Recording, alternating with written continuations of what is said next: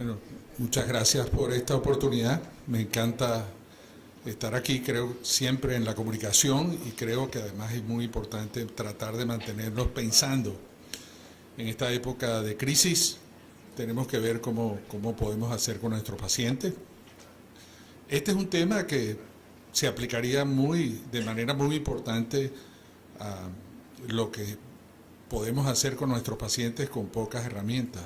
Y a medida que vayamos desarrollando, ustedes se darán cuenta por qué. Pues me encanta ver aquí, por ejemplo, al doctor Gerardo Hernández, al doctor Betancourt, me encanta ver a todo este grupo de colegas que siempre vienen a todos los mítines, y creo que la única manera de poder mejorar en este tiempo de crisis es teniendo comunicación, y hay que tratar de mantener las reuniones científicas, ¿no?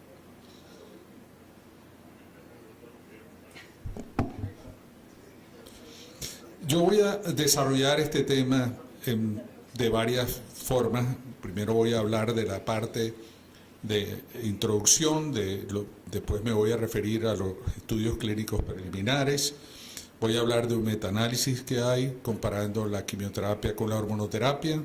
Voy a hablar de algo que está en el tapete últimamente, que es lo que se llama la puntuación de PEPI, y el estado actual de la hormonoterapia adyuvante y las conclusiones, principalmente conclusiones mías, a lo largo de toda esta presentación. Muchos de nosotros nos sentimos hoy en día como utilizando la quimioterapia neoadyuvante.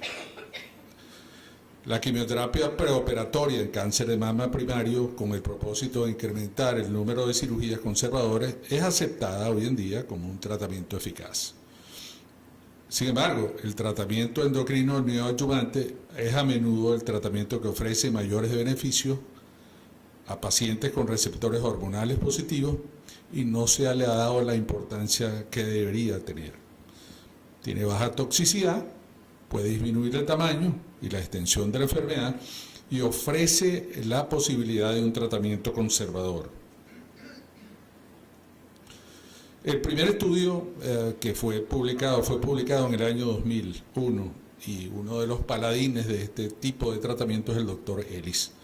337 pacientes con receptores de estrógeno o receptores de progesterona positivos fueron aleatorizados a recibir letrozol a la dosis de 2,5 miligramos diarios, a tamoxifen a la dosis de 20 miligramos por 4 meses, y antes del inicio del tratamiento, lo más interesante de este estudio, que ninguno de los pacientes se consideró candidato a una cirugía conservadora y 14% no eran ni siquiera operables. El primer objetivo del estudio, porque fue un estudio preliminar, fue determinar la respuestas completas y respuestas parciales, determinada por palpación, y los objetivos secundarios era la determinación de respuestas globales y el número de pacientes que calificaban para una cirugía conservadora. El resultado de este estudio fue que las respuestas globales fueron significativamente superiores con el letrozol que con el tamoxifen. Las respuestas por ultrasonido y mamografía eran estadísticamente superiores con el letrozol, y lo más importante es que las cirugías conservadoras fueron estadísticamente significativas superiores con el letrozol, y los tratamientos fueron muy bien tolerados. Y esta es parte de lo interesante de estos tratamientos, ¿no?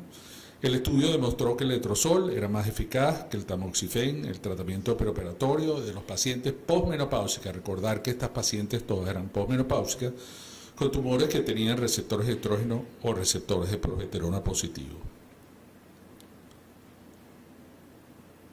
El estudio fue analizado más profundamente en el año 2007, y lo que reportó era que era consistentemente una disminución en el número de respuestas de cáncer hormonodependiente comparado a los casos de hormononegativos. La terapia neoadyuvante endocrina es una lógica alternativa y ganó aceptación debido a que los inhibidores de la aromatasa han sido más eficaces que el tamoxifen en el tratamiento neoadyuvante. El estudio más convincente neoadyuvante fue este estudio que demostró la superioridad del letrozol y tamoxifen versus el tamoxifen. Este fue un estudio doble ciego también, en pacientes que no eran elegibles a una cirugía conservadora. Eso es lo más importante, que todos estos pacientes no eran resecables en el momento que se hizo el estudio. Otra de las cosas interesantes era que más pacientes tratados con letrozol fueron sometidos al tratamiento conservador, y la eficacia también fue muy importante en los pacientes HER2 positivos como en los HER2 negativos. Cuando se analizó la inmunohistoquímica por el Ki-67, que es una medida de la proliferación celular, el letrozol fue más efectivo que el tamoxifen en reducir la proliferación tumoral. Fue seguro, superior en el tratamiento de las mujeres posmenopáusicas con cáncer de mama localmente avanzado. Este es el otro estudio importante que fue publicado en el año 2005. Fíjense que tienen muchos años ya, que fue el estudio IMPACT. Este estudio comparaba el anastrozol, el tamoxifen o la combinación. Las mujeres con cáncer de mama invasivo, no metastásico, operable o localmente avanzado fueron aleatorizados a recibir tamoxifen a la dosis de 20 miligramos, anastrozol a la dosis de 1 miligramo o la combinación de los dos por 3 meses. Fíjense que en el estudio anterior eran 4 meses y aquí eran 3 meses.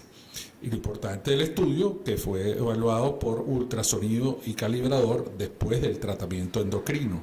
Se evaluó la posibilidad de cirugía conservadora y se evaluó la respuesta en los pacientes HER2 positivos y su tolerancia.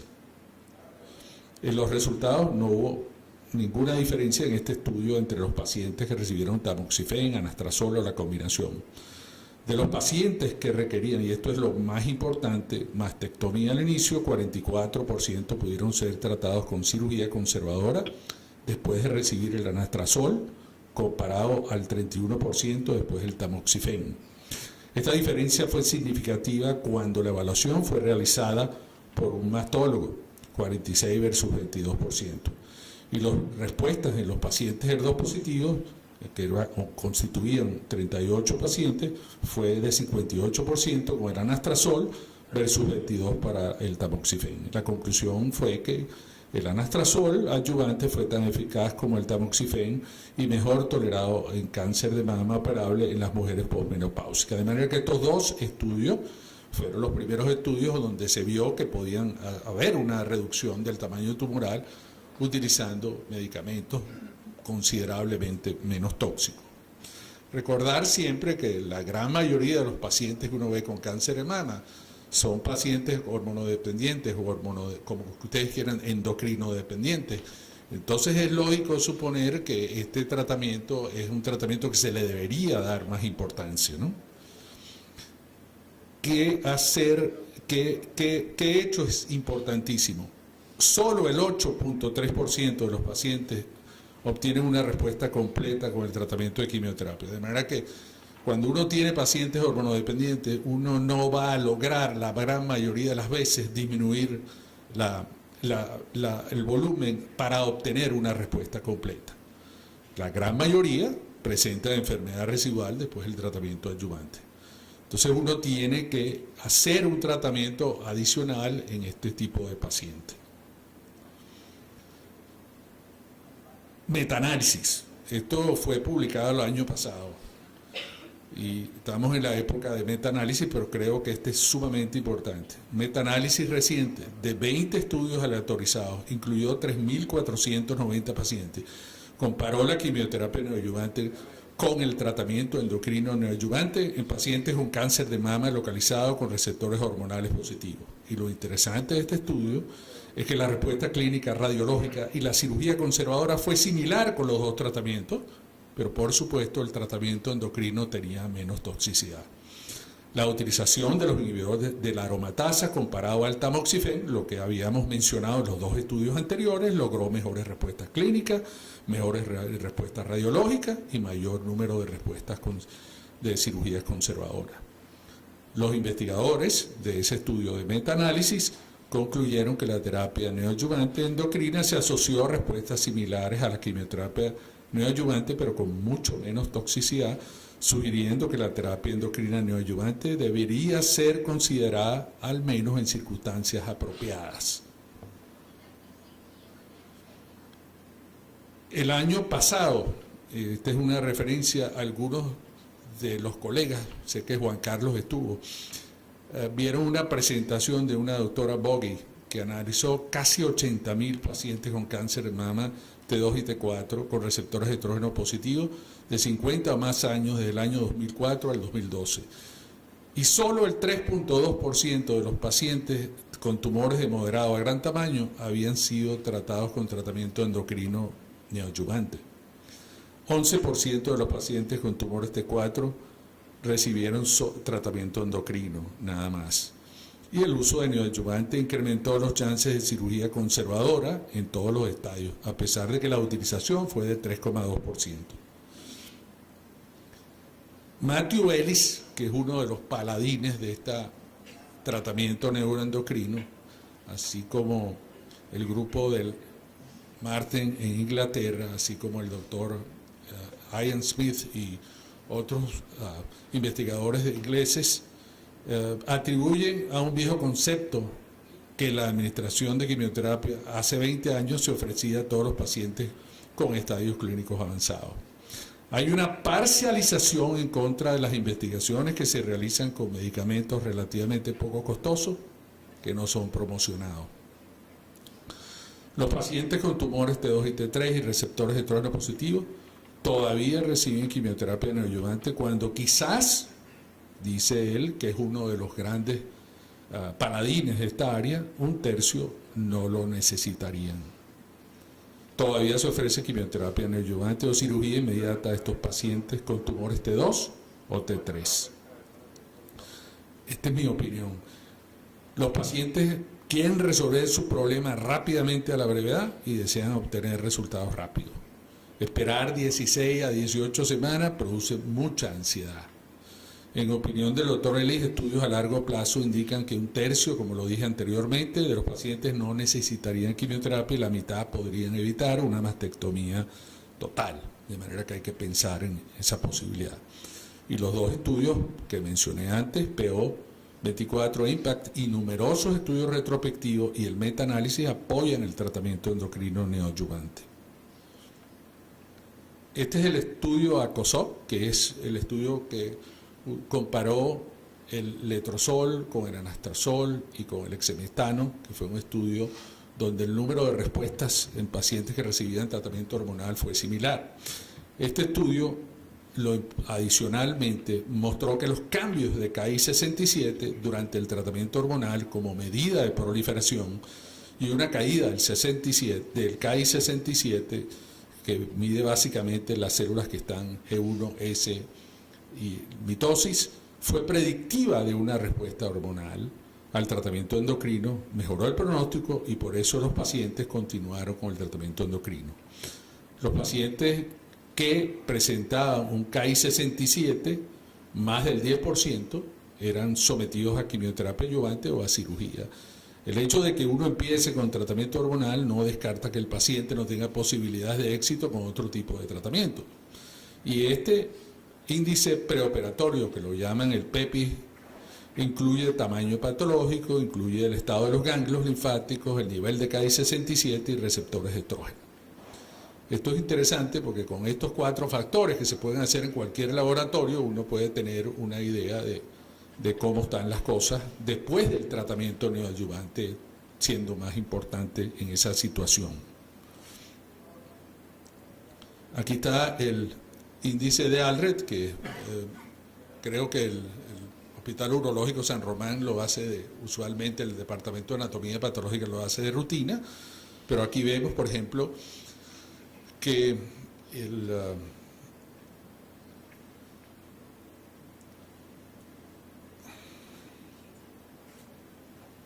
aquí vemos, por ejemplo, que es basado en la proporción de células tumorales que tienen receptores de estrógeno positivo. 0 es cuando la proporción es 0, es totalmente negativo. Cuando es 1, cuando el 1% de las células tumorales tienen receptores hormonales positivos, sobre todo receptores de estrógeno positivo.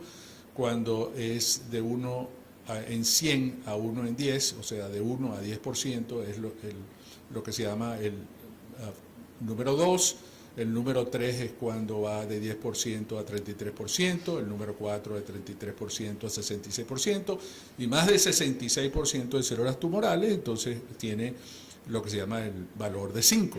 Lo mismo en la intensidad, 0 cuando no hay intensidad, 1 cuando la intensidad es débil, cuando es intermedio es 2 y 3 cuando es fuerte. Entonces, este llamado ALRED también se basa en intensidad y se basa en proporción de células tumorales con los receptores de estrógeno positivo. Aquí lo vemos más claro, 1% es 1, 2 es de 1 a 10%, 3 de 11 a 33%, 4 de 34 a 66, más del 67% es 5. Cuando la interpretación es 0, 2 es negativo y positivo son 3, 4, 5, 6, 7 y 8.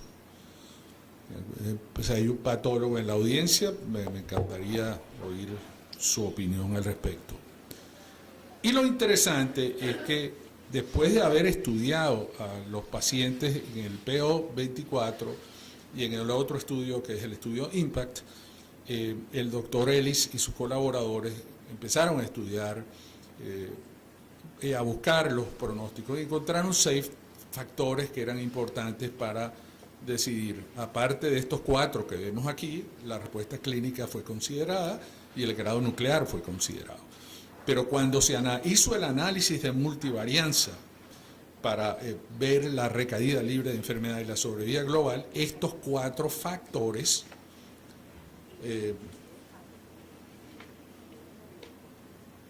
el tamaño tumoral patológico, los ganglios, si eran positivos o negativos en el momento de la intervención, el Ki-67 con sistema logarítmico a medida que de 2,7 hasta más del 50%, y el índice de ALRED fueron los factores que fueron considerados.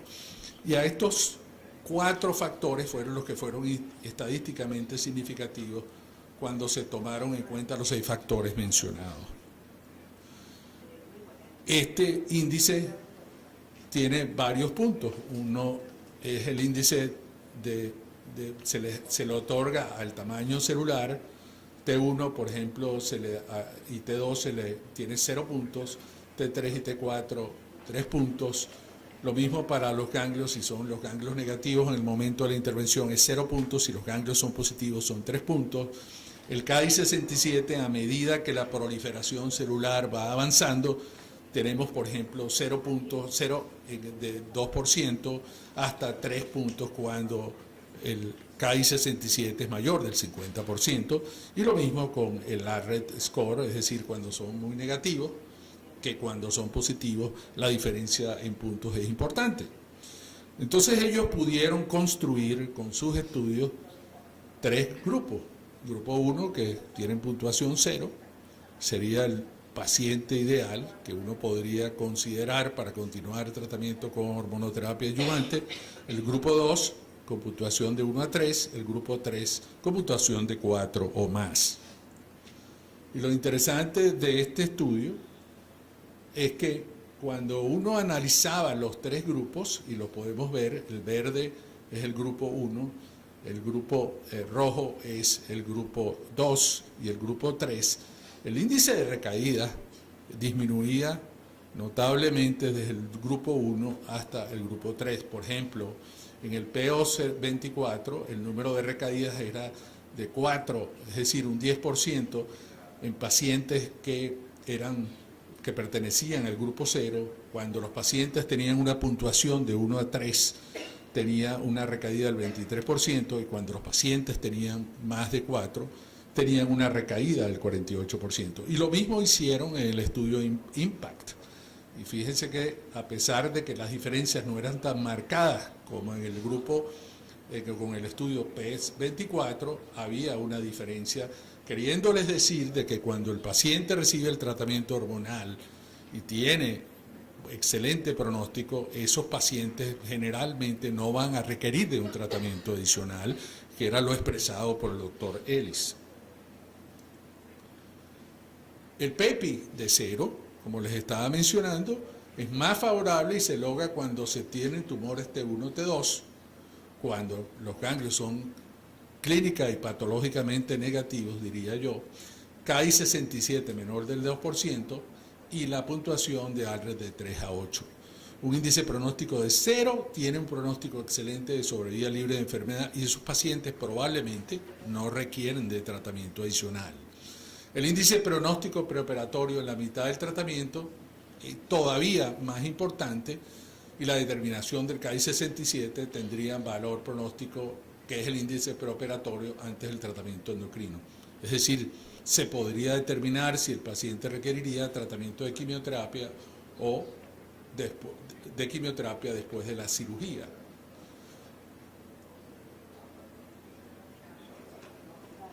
¿Pasó aquí? Ok. Me quedan 2 láminas nada más. Sí. Una dictadura esto. Se está utilizando en la práctica mejorar los resultados quirúrgicos en mujeres posmenopáusicas con receptores hormonales positivos que se presenten con estadio 2 y 3. Y la información patológica y el estado de los marcadores post-terapia puede ser utilizada para tomar decisiones en relación a otros tratamientos adyuvantes. El estudio Alternate, que es el estudio que se está haciendo ahorita, que es muy interesante, es un estudio que está aleatorizando pacientes a anastrozol y es un estudio fase 3 a pacientes con la combinación o con fulvestrant. Y el objetivo es comparar su eficacia en obtener un índice PEPI de 0 con un tamaño menor de 5, es un índice modificado de PEPI, y un KI67 menor o igual del 2%. Mostrar una sobrevida libre de enfermedad del 95% de los pacientes que muestran esa puntuación. Y los pacientes son biopsiados a las 4 semanas, y esto es interesantísimo. Si los tumores tienen una fase S menor del 10%, se consideran apagados. Y esos pacientes se mantendrían en tratamiento hormonal por 6 meses antes de la cirugía. En caso de que tuvieran una fase de 10% más, son sometidos a quimioterapia, a neoadyuvante o cirugía. Esto es lo interesante, que es como un tratamiento diseñado, personalizado para los pacientes, y esto es lo que trata de hacer este estudio. Y para aquellos que completen el tratamiento neoadyuvante endocrino, la puntuación se calculará en el momento de la cirugía. Los pacientes con una puntuación mayor del 0 son sometidos a quimioterapia adyuvante seguido de tratamiento endocrino. Conclusiones: tratamiento endocrino neoadyuvante es a menudo el tratamiento que ofrece mayores beneficios en pacientes con receptores hormonales positivos. Los estudios POC, IMPACT, ACOSOT, Z1031, así como numerosos estudios prospectivos y el metaanálisis apoyan el tratamiento endocrino neoadyuvante.